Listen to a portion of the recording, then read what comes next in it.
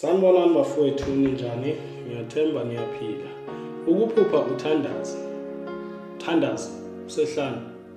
Lokho kusho ukuthi umuntu kamoya, umuntu onesiphiwo sesithunzi.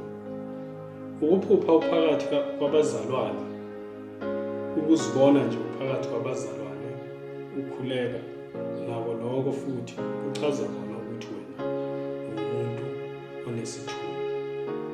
Kuyafana-ke nokuphupha undiza. Nako ukuphupha undiza kuyachaza futhi ukuthi wena umuntu onamandla, onesithunzi. Bafowethu, ngicela ni-like, ni-comment, nilandele le-page, nizochaza ngokujulile.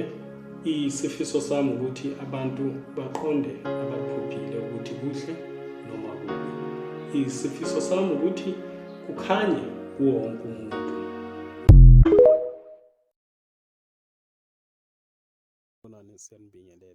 Siyanibingelela ninjani?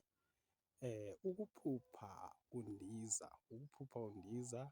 yiphupho elihle kakhulu.